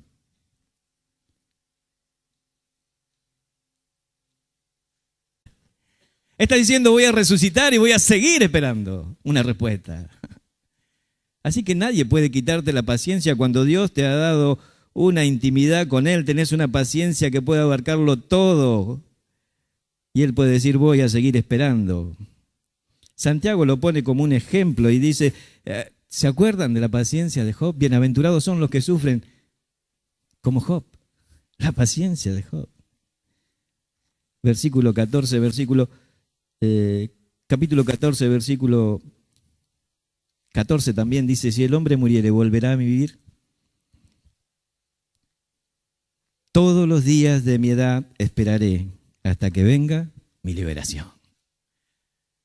La segunda forma de poder luchar contra el fuego del diablo es echarse agua a uno mismo. Es decir, tener paciencia, seguir esperando, seguir aguantando, dándote manija, seguir asistiendo a la célula, seguir compartiendo con los hermanos. Seguí, es el mismo motivo de oración, seguí esperando. Y lo tercero es, para apagar un fuego hay que tener pasión. Uno de los incendios más grandes que hubo en el mundo, quizás del fuego más grande que hubo alguna vez en el mundo, se produjeron en los campos o en las tierras de Kuwait. ¿Se acuerdan en la guerra del Golfo? Cuando los iraquíes avanzan sobre Kuwait, la toman, pero después viene el ejército de aliados y la gente de Irak sale Y al salir, destruye todos los pozos petroleros de Kuwait. Y entonces van incendiando todos los pozos para que no lo puedan aprovechar y a su paso arrasan con todo y quedan llamas del país más productor, más chiquito, pero más grande en producción de petróleo. Y se produjo una llama tan grande de uno de los pozos que tenía 450 metros de alto, de largo, ¿no? Uno de los astronautas de una base norteamericana dijo que lo vio desde el cielo, flamear aquella, y le pusieron un nombre los soldados, el encendedor del diablo, ¿no? Porque parecía, ¿viste? Cuando pones un encendedor, y eso se podía ver desde el cielo. Ahora uno dice, ¿cómo haces para apagar un incendio de esa naturaleza, ¿no? Está saliendo petróleo, gases, se están consumiendo continuamente, es una cosa tremenda. ¿Cómo se apaga eso? Porque ¿cuánta agua hay que echar ahí? No funciona, ¿no? ¿Saben con qué se apaga esos incendios? Con fuego. Con fuego. Es decir, ¿cómo se apaga este ataque? Sus hijos, su interés eran las personas que estaban alrededor, que se salven. Él podría decirle, Dios, vamos a hacerlo más chico porque veo que no hay muchos convertidos. Pero él lo hizo exactamente como Dios quería. Los animales se salvaron y todavía había lugares para 15.000 personas que quisieran todavía entrar. Había espacio en el arca para que se salvaran. Él hizo exactamente como Dios quiso, es decir, tuvo un cuidado en obedecer la palabra de Dios. Segunda Pedro,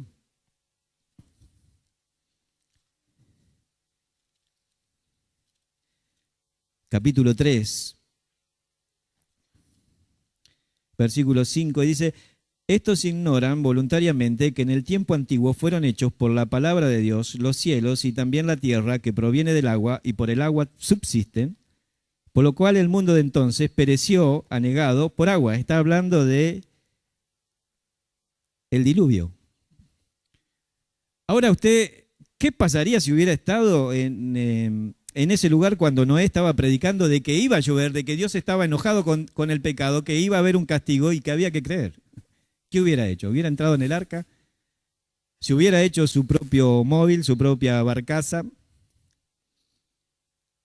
Pero quiero decirle algo, estamos hoy en día en la misma experiencia que Noé. Porque fíjate lo que dice, lo que sigue diciendo, pero los cielos y la tierra que existen ahora están reservados por la misma palabra, guardados para el fuego en el día del juicio y la perdición de todos los hombres impíos. Amados míos, no ignoréis esto.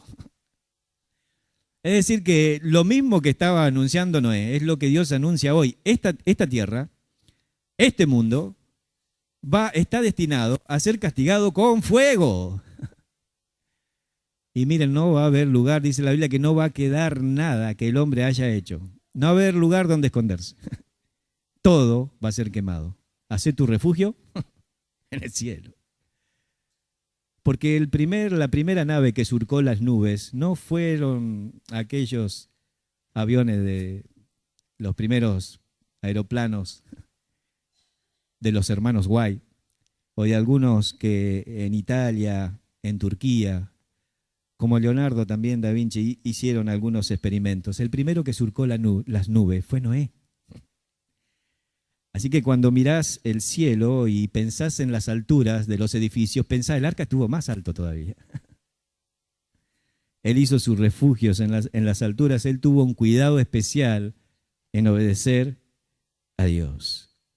No llegan tan alto, porque Dios no puede ser tentado, ni Él no tienta a nadie. Es decir, que hay una altura en la comunión con Dios en que las tentaciones se hacen más débiles.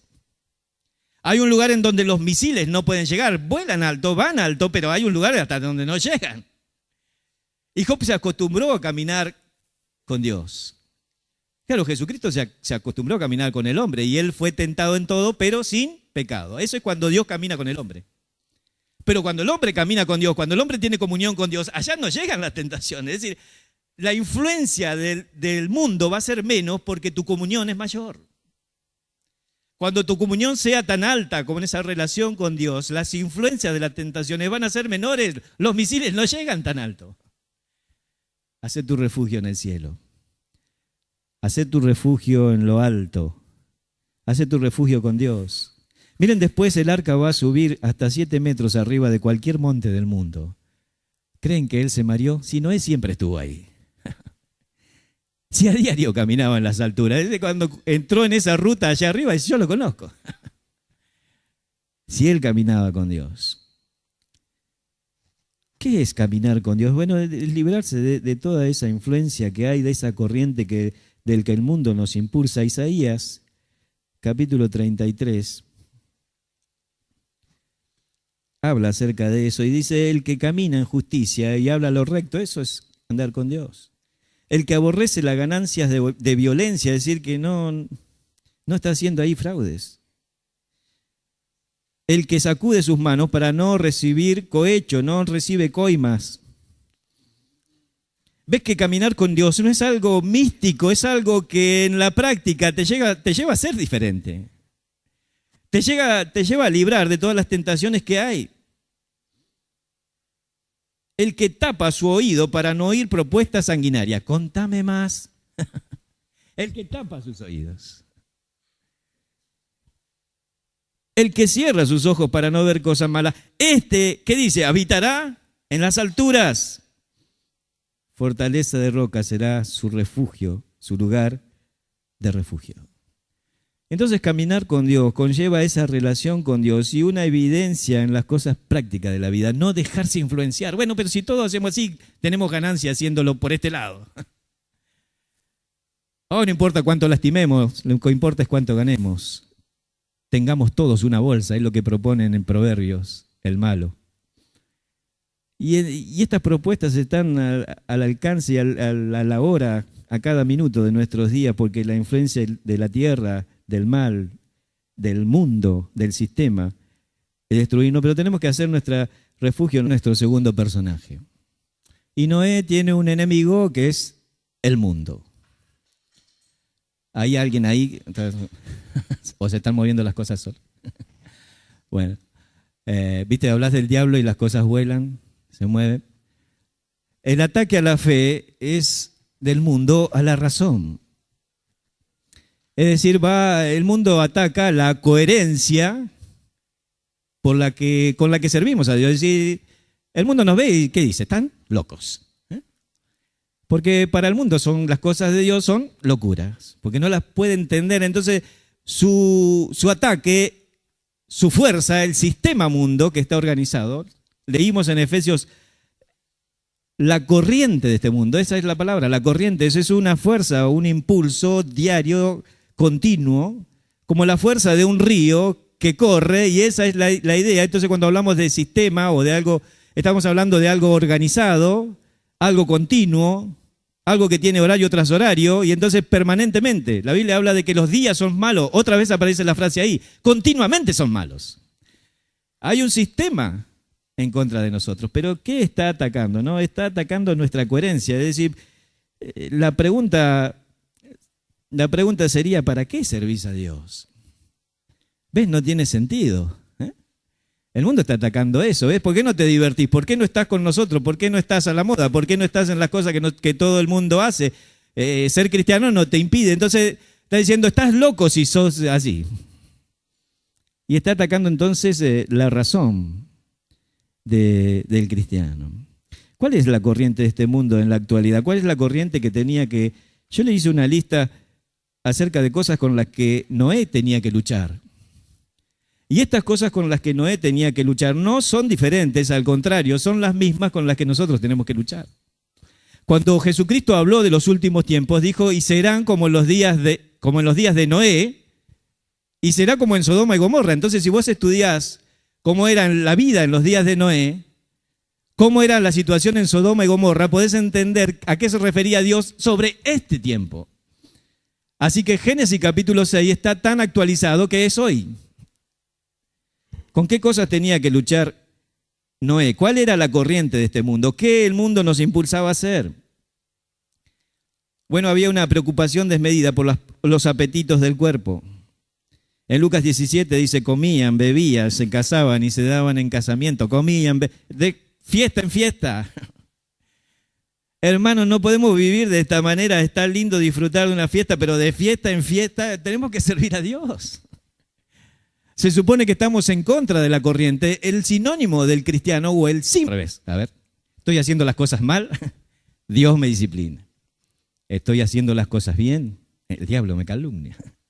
Pero claro, él tenía que entender cuál era el foco de este fuego y apuntar, tener una puntería para darle a la raíz. El doctor Dobson escribió un libro que fue muy famoso, muy conocido, quizás muchos de ustedes lo tienen, se llama Cuando lo que Dios hace no tiene sentido. Es un título muy fuerte, ¿no? Cuando lo que Dios hace no tiene sentido. Claro, en su libro va a explicar que en realidad lo que Dios hace sí tiene sentido, pero a veces solo para Dios. Porque a veces no podemos comprender, y esta es la situación de Job, no saber por qué le pasa lo que le pasa. Y es acá cuando la duda entra, cuando la dificultad entra, y entonces podemos perder el rumbo. El diablo está atacando la raíz de nuestra fe.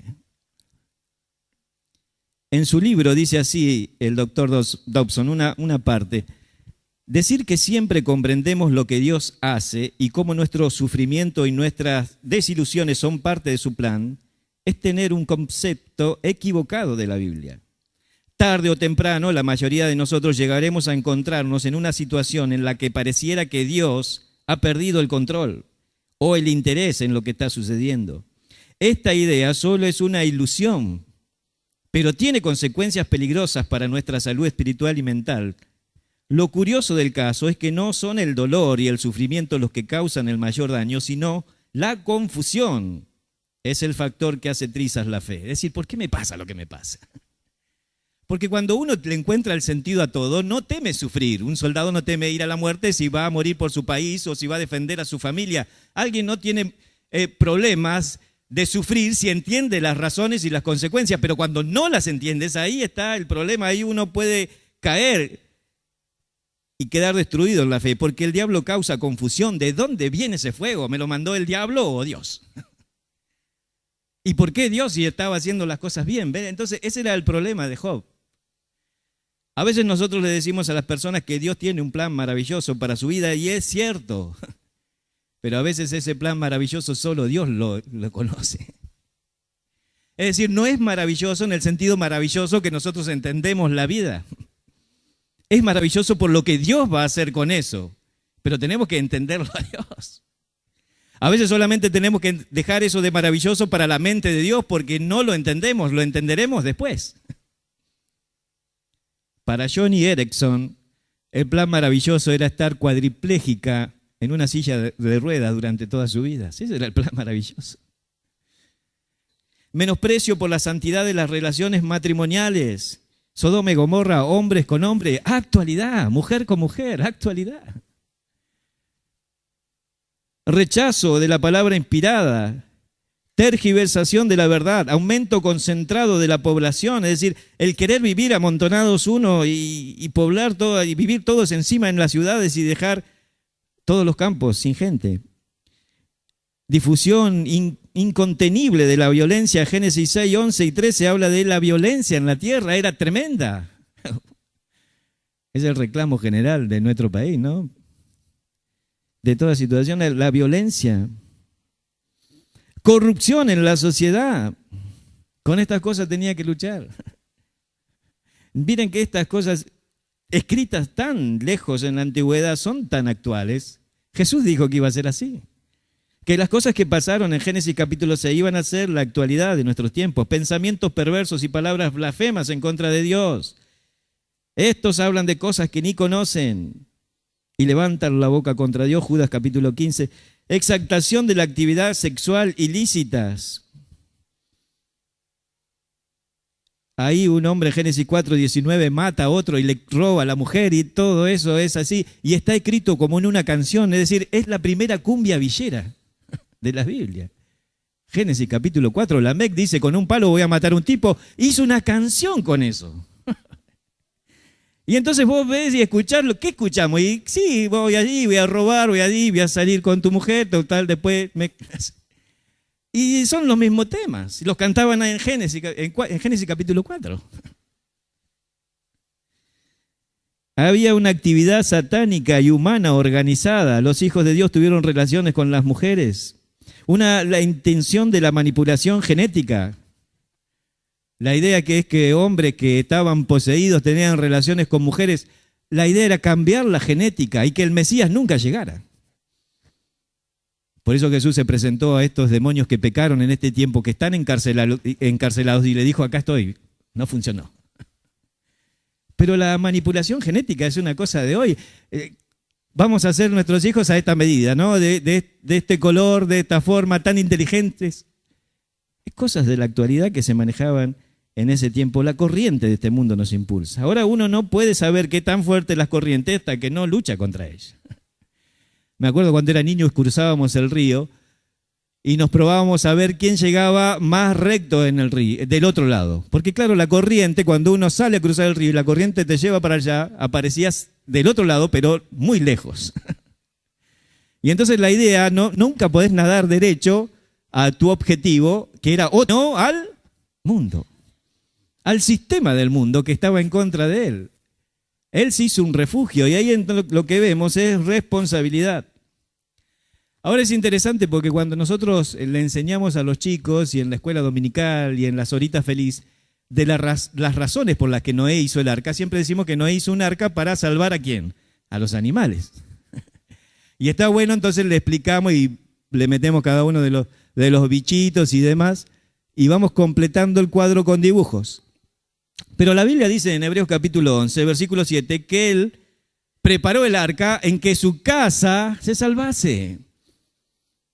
Ahora los animales iban a salvar como consecuencia de que él iba a ser obediente, pero la responsabilidad de él, o la preocupación de él, era que se salvaran sus hijos, sus esposas, las nueras, que se salvaran los parientes y demás. Quería hacer, como decía Roque, un círculo más grande.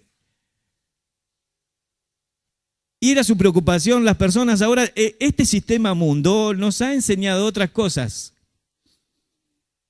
Nos ha enseñado el amor a los animales y a la naturaleza y nosotros vemos todas esas organizaciones y decimos qué lindo que son, ¿no? Se preocupan por los árboles, por las ballenas, por los animales.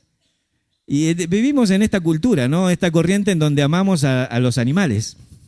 Pero la Biblia no te manda a amar a los animales, te manda a amar a tu prójimo. Pero hay un impulso de ser más complacientes y amorosos con nuestros animales que con las personas. El viernes veía un documental y estaba mostrando a un hombre que no tenía hijos con su esposa y tenían una casa muy grande, un patio enorme, y en vez de decidir adoptar, que sería lo ideal, porque tenían el dinero, porque tenían la casa, y ser padres amorosos de hijos que no tienen esa oportunidad, decidieron comprar un perro de raza, pero no cualquiera, y entonces dice, él va a venir acá y ¿qué va a tener? Entonces, antes de comprar el perro, arreglaron su patio, hicieron un jardín, pusieron plantas, porque a los perros les gustan los árboles. Adornaron todo con huesos gigantes y cosas, elementos para que haga ejercicio. Compraron el perro, lo soltaron ahí, era el perro más feliz del mundo. Lo paradójico que es, pegando a su casa, había una familia que tenía 6 hijos. Y no tenía patio, tenía un pasillo así. Y jugaban a la pelota los varones, mientras las chicas trataban de jugar a la mamá con los muñecos entre medio, se golpeaban todos. Y parados de punta de pie en el tapial, miraban del otro lado ese parque y a ese mismo. Tenemos que ir en contra, no en la misma dirección.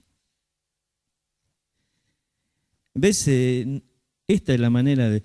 ¿Cómo va a ser Job un refugio? ¿Cómo va a ser Noé?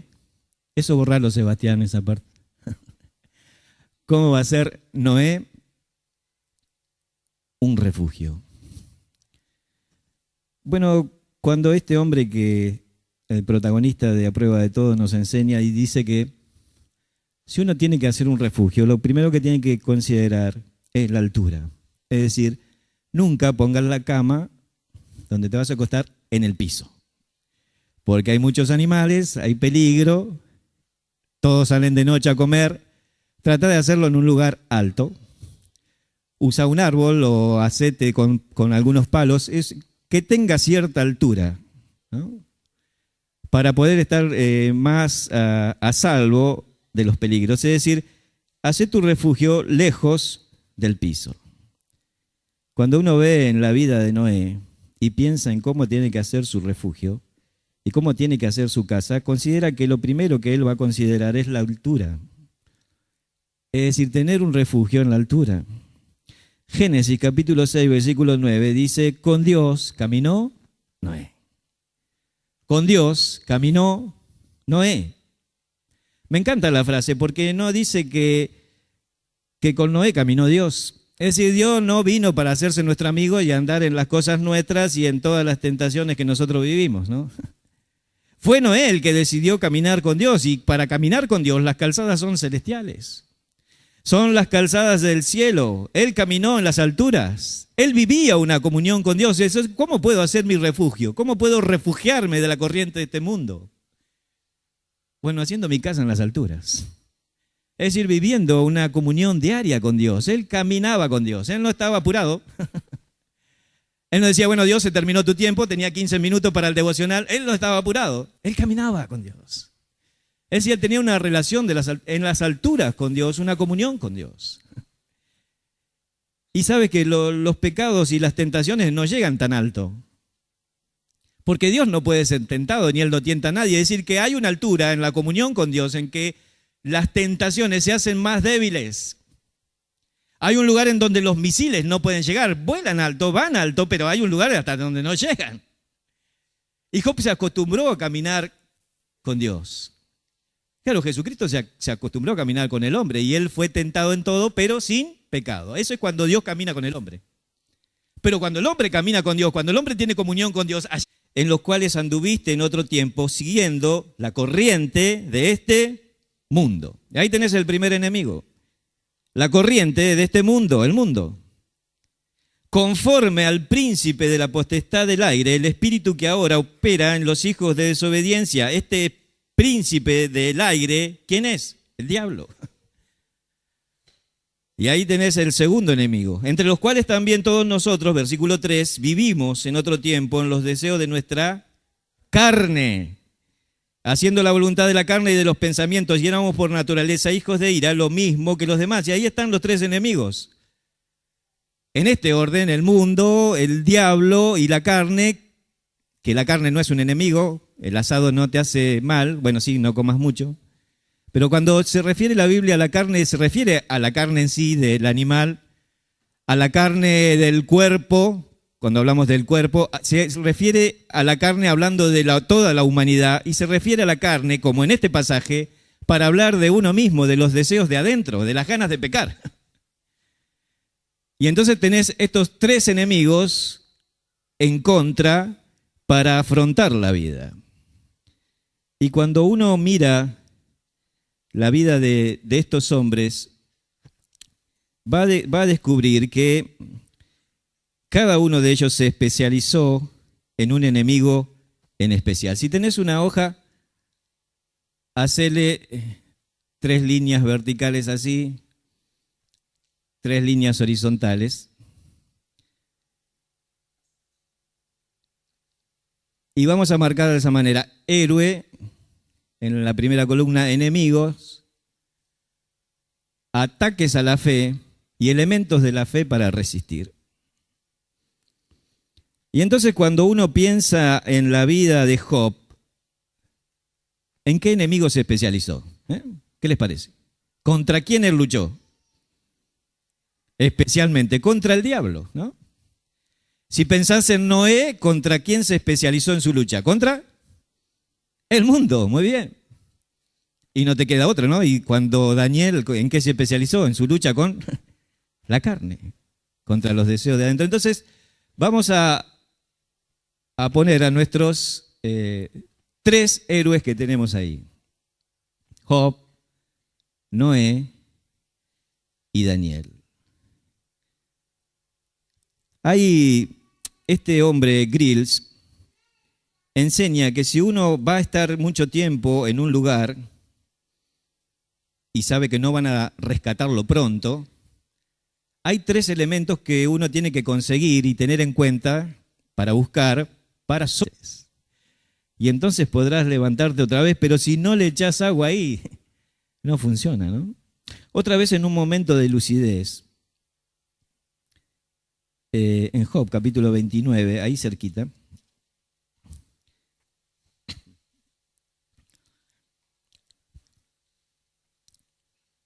el versículo 19 dice: mi raíz estaba abierta junto a las aguas, y en mis ramas permanecía el rocío. Mi raíz estaba abierta a las aguas.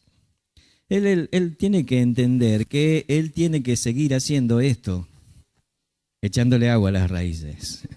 Él se da cuenta que es como un árbol, y dice, en aquel momento succionaba todas las bendiciones y ahora él tiene que seguir haciéndolo. Tenés que seguir alentándote, animándote, echándote agua, dándote manija y no abandonarte en la prueba. Seguir diciendo voy a salir, voy a esperar, tener paciencia. Job capítulo 13, versículo 15 es una de las frases más hermosas que hay en el libro de Job. Dice aquí, aunque él me matare, en él esperaré. Fíjate otra vez ese lapso de lucidez. Él dice, aunque él me matare, voy a seguir esperando en él. Todavía tiene paciencia. ¿Cuándo se termina la paciencia? Ni siquiera se le termina la paciencia con la muerte. Él dice, él me mata y sigo esperando en él. Está diciendo, voy a resucitar y voy a seguir esperando una respuesta. Así que nadie puede quitarte la paciencia cuando Dios te ha dado una intimidad con Él, tenés una paciencia que puede abarcarlo todo. Y Él puede decir, voy a seguir esperando. Santiago lo pone como un ejemplo y dice, ¿se acuerdan de la paciencia de Job? Bienaventurados son los que sufren como Job. La paciencia de Job. Versículo 14, capítulo 14, versículo 14 también dice, si el hombre muriere, ¿volverá a vivir? Todos los días de mi edad esperaré hasta que venga mi liberación.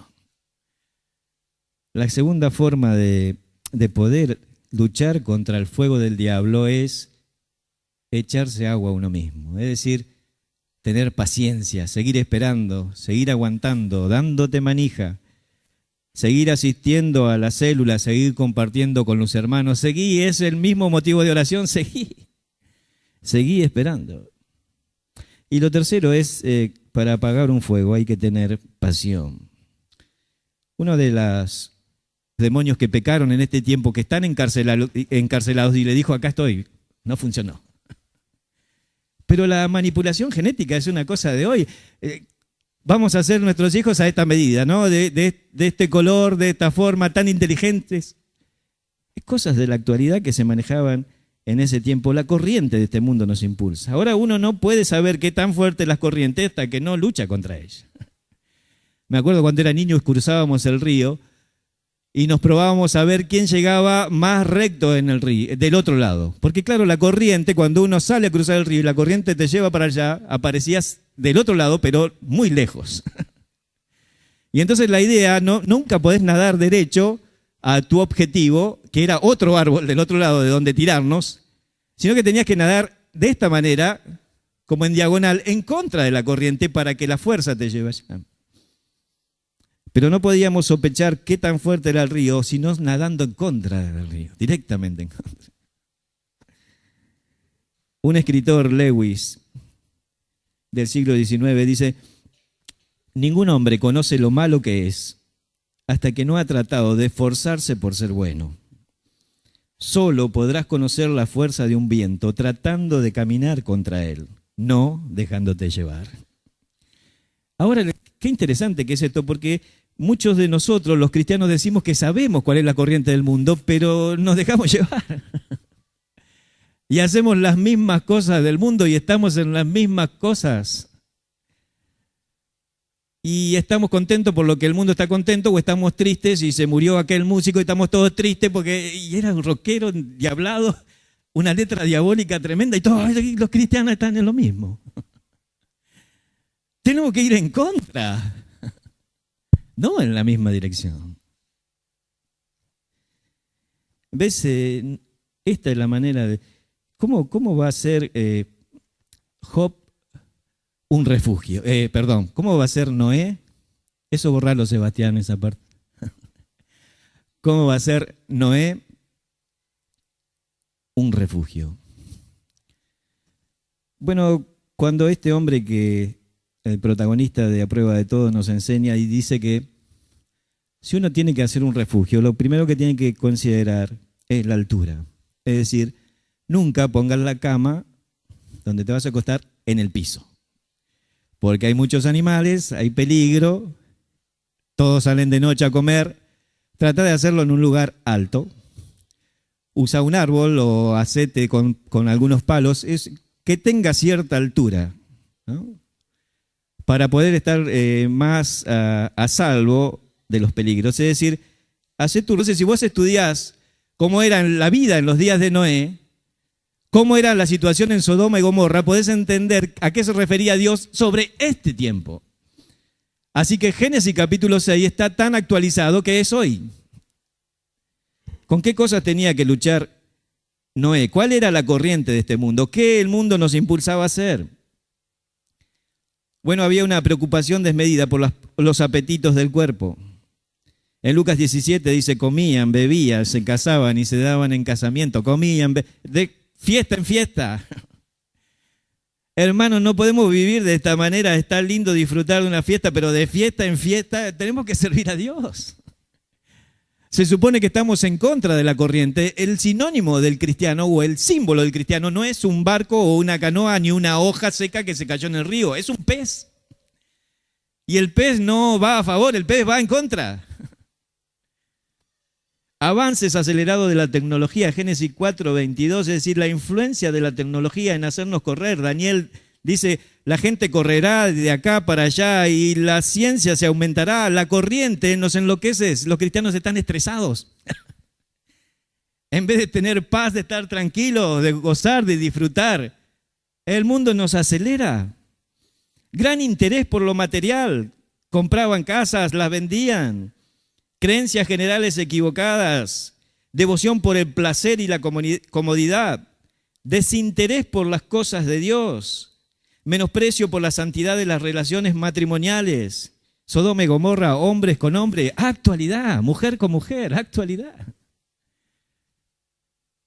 Rechazo de la palabra inspirada, tergiversación de la verdad, aumento concentrado de la población, es decir, el querer vivir amontonados uno y poblar todo y vivir todos encima en las ciudades y dejar todos los campos sin gente.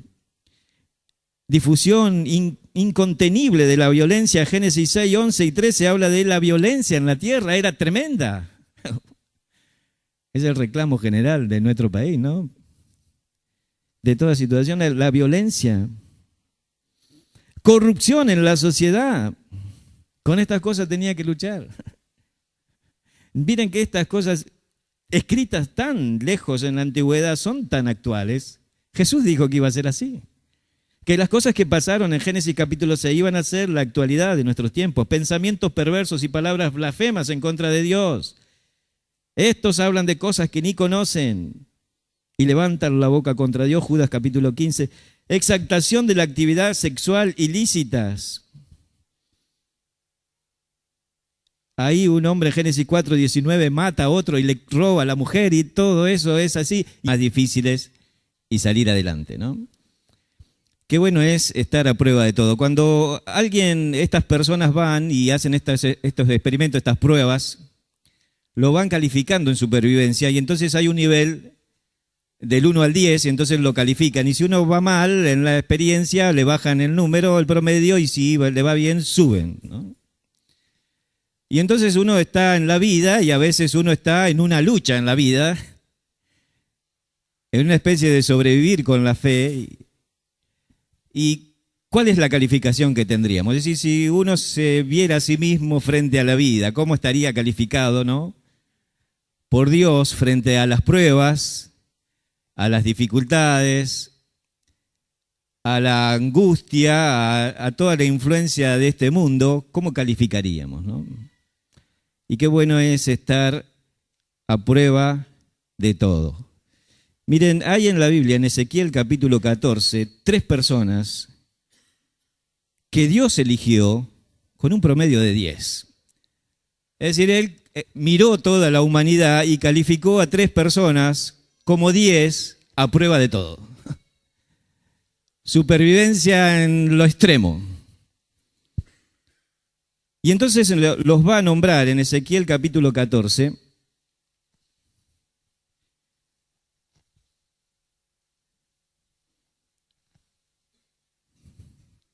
Desde el versículo 12.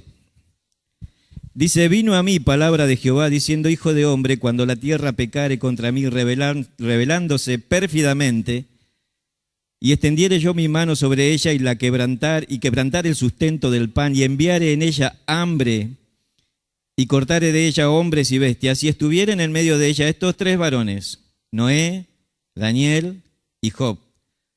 Ellos por su justicia librarían únicamente sus propias vidas, dice Jehová el Señor. Y si hiciere pasar bestias feroces por la tierra y la asolasen y quedare desolada, de modo que no haya quien pase a causa de las fieras, y estos 3 varones estuviesen ahí, ¿quiénes son? Noé, Daniel y Job.